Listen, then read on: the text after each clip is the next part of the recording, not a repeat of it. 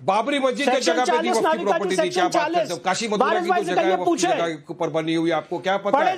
ये तो चालबाजी है। लोगों को उकसाना है, यही एजेंडा है। और विष्णु जैन साहब, वारिस पठान ने कई sections of the constitution of India का उल्लंघन बताया है।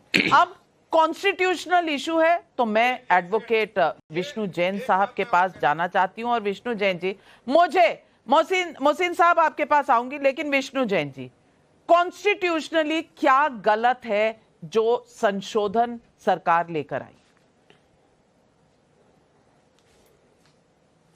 देखिए नाविका जी, मेरे पास वक्फ एक्ट 1995 है, इसका मैंने काफी डिटेल्ड अध्ययन किया है। साथ ही साथ जो अमेंडमेंट बिल आया उसका भी काफी डिटेल्ड अध्ययन किया है। अब देखिए, अभी यहाँ पे वारिस भाई ने कहा कि काफी बातें उन्होंने कही। मैं उनसे ये पूछना चाहता हूँ बहुत ही संजीदगी से, अगर ये आज डेफिनेशन में अमेंडमेंट किया जा रहा है कि वक्फ आप उसी को वक्फ कर सकते हैं जो आपकी खुद की ओनरशिप में है, किसी और की संपत्ति को वक्फ घोषित नहीं कर सकते हैं, इसमें क्या दिक्कत है? अगर आज ये अमेंडमेंट किया जा रहा है कि सरकारी संपत्ति को वक्फ संपत्ति नहीं घोषित किया जा सकता है, तो इसमें क्या दिक्कत है? अगर आज ये अमेंडमेंट किया जा रहा है कि पहले के एक्ट में जो वक्फ संपत्ति घोषित हुई है 6 महीने के अंदर उसका ब्यौरा दें, उसकी बाउंड्रीज दें, उसके मुतवल्ली बताएं, तो इसमें क्या दिक्कत है? अगर आज ये अमेंडमेंट किया जा रहा है कि कलेक्टर उसका सर्वे करेंगे, सर्वे कमिश्नर नहीं करेंगे, किसी को पता ही नहीं सर्वे कमिश्नर की क्या क्वालिफिकेशन है नाविका जी, सर्वे कमिश्नर कौन होगा पता ही नहीं, स्टेट गवर्नमेंट जिसको नियुक्त करते हैं वो सर्वे कमिश्नर है, उसको एनॉमली को हटा के अगर कलेक्टर को लाया जा रहा है तो उसमें क्या दिक्कत है?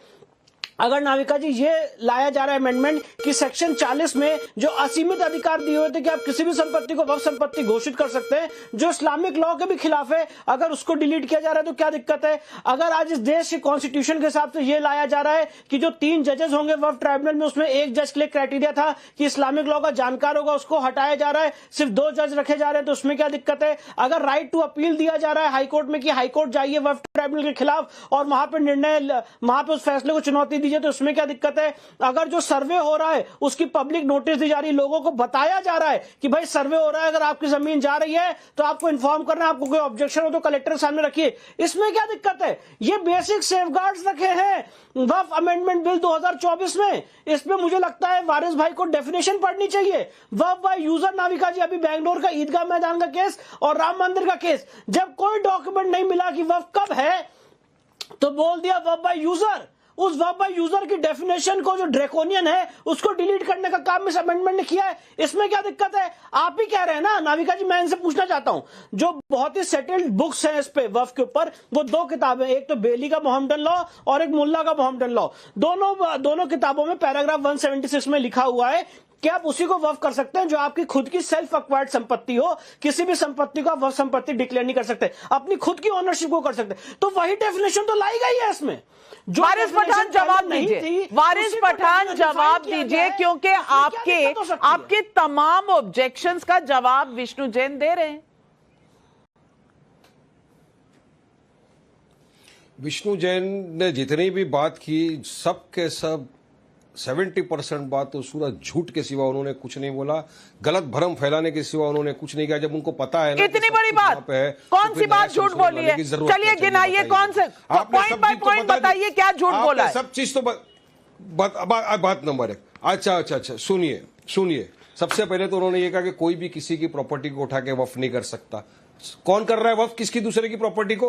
मैं आपको यही बता रहा हूं, पहले due process of law follow करना पड़ता है। तमिलनाडु में आपको बताया कि नहीं, 18 गांव ले लिए, 1500 साल पुराना मंदिर ले लिया। तमिलनाडु का केस आपके सामने है।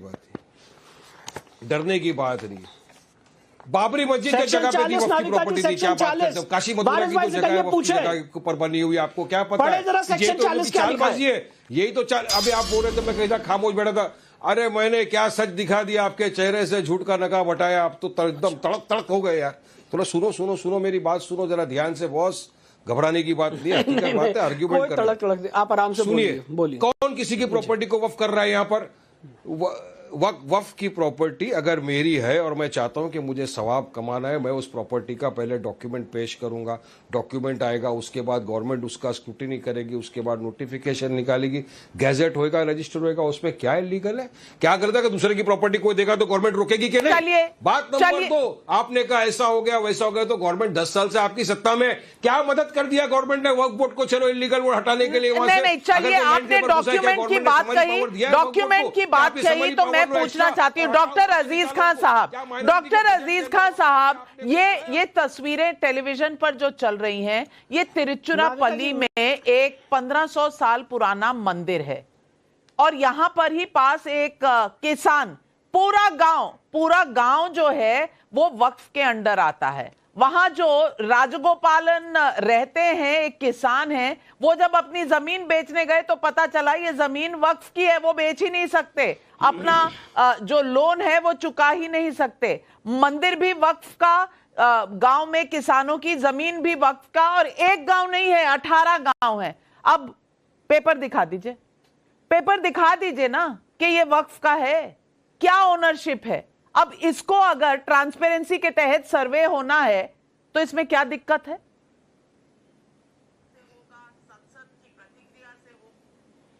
देखिए नाविका जी, मैं लगातार सुन रहा हूं अभी विष्णु शंकर जैन जी को, वो उन्होंने तमाम चीजों को का जिक्र किया कि साहब ये ऐसा है। पहली बात तो ये है कि जो चीजों का इन्होंने जिक्र किया ये पहले से ही है, इसमें कोई नई चीज नहीं ला रहे हैं, एक बात। दूसरी बात मैं कह रहा हूं कि देखिए सरकार की नीयत पर सवाल है। सबसे पहला इंपॉर्टेंट मसला यह है कि सरकार की नीयत क्या है। ये जो अमेंडमेंट बिल लाया जा रहा है इसमें सरकार की नीयत क्या है? सरकार की नीयत है, आप समझिए, बिल बहाना है और वक्फ की लैंड को हथियाना है अपने मित्रों के लिए, यह मकसद है।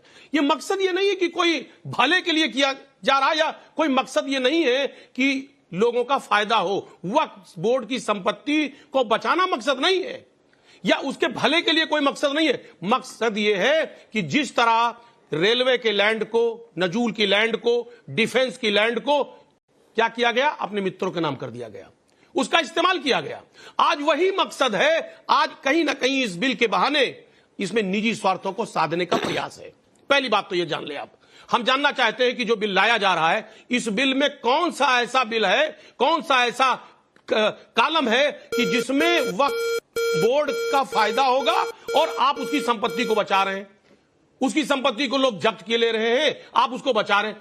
कौन सा इसमें कौन सा कोई एक अमेंडमेंट आप बताइए जो 44 किए गए हैं। दूसरी बात, आपने कहा कि साहब दूसरी की संपत्ति को दान नहीं। अरे भाई, दूसरी की संपत्ति को दान कौन देगा? आदमी अपनी संपत्ति को दान देता है, दूसरी की संपत्ति को दान कौन देगा? तमाम तरीके की चीजों को रखने के बाद मकसद सिर्फ साफ यह है कि इनकी नीयत में खोट है।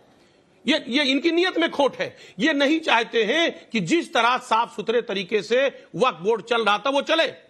ये दखल चाहते हैं, हर जगह दखल चाहते हैं। साहब इन्होंने कहा कि इसमें गैर मुस्लिम इसमें इन्वॉल्व होगा। मैं जानना चाहता हूं कि जिसकी संपत्ति है, जिसने वक्फ किया है, जिसने दान दिया है, अगर वो अपनी चीज को रख रखाव कर रहा है तो इसमें आपको दखल देने की जरूरत क्या है? तो मुझे ये समझा दीजिए विष्णु जैन जी, आपको याद है 2013-14 में जब कांग्रेस की सरकार, यूपीए की सरकार जा रही थी तो 123 प्रॉपर्टियां दिल्ली में ही वक्फ बोर्ड को दे दी गई थी और सरकार ने दे दी थी। प्राइम लैंड, ये प्राइम लैंड था। कैसे चली गई थी?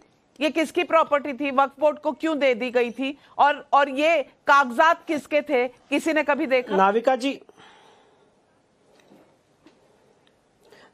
देखिए, मुझे लगता है चाहे जितनी सरल भाषा में यहाँ पे बात समझाऊं, सब यहाँ पे अपनी अपनी बातें करते रहेंगे। तो मुझे 30 सेकंड दे दीजिए, जरा सेक्शन 40 सब क्लॉज 1 ये एक्ट मेरे सामने है, इसको पढ़ के सुनाना चाहता हूँ। 3 लाइन क्या लिखा हुआ था और क्या अमेंडमेंट हो रहा है। द बोर्ड में इट सेल्फ कलेक्ट इन्फॉर्मेशन, मतलब जो वह बोर्ड है खुद ही इंफॉर्मेशन कलेक्ट करेगा regarding any property which it has reason to believe, जो उसको लगता है to be work property, and if any question arises whether a particular property is work property or not, after making such inquiry it may deem fit decide the question। मतलब board खुद ही information collect करेगा कि वह property है कि नहीं और उसके बाद उस क्वेश्चन को डिसाइड कर देगा। ये मैं नहीं कह रहा हूं, विष्णु शंकर जैन को भूल जाइए, एक्ट में लिखा है सेक्शन 40 में। अब अगर इसको डिलीट किया जा रहा है तो क्या दिक्कत है नाविका जी? अभी ये जो आप यहाँ पे सारे लोग बात कर रहे हैं कि वफ में ये हो गया वो हो गया, सारा नैरेटिव फैला रहे हैं। इनसे पूछे भैया, आप लोग पार्लियामेंटेरियंस हैं, आप लोग पॉलिटिशियंस हैं, आप जरा एक्ट पढ़ के तो बताएंगे सरकार की नीयत पे खोट है, ये है वो है। अरे एक्ट में कहाँ लिखा है? अच्छा, जो लिखा है अभी उसका पढ़ के बात दिखा दे होगी। आपको। वारिस पठान जवाब दे रहे हैं, वारिस पठान जवाब दे रहे हैं। मैं बताता हूँ वफ की जमीन ली जा रही है, मैं बता रहा हूँ। नाविका जी। विष्णु जी सुनिए, अच्छा सुनिए।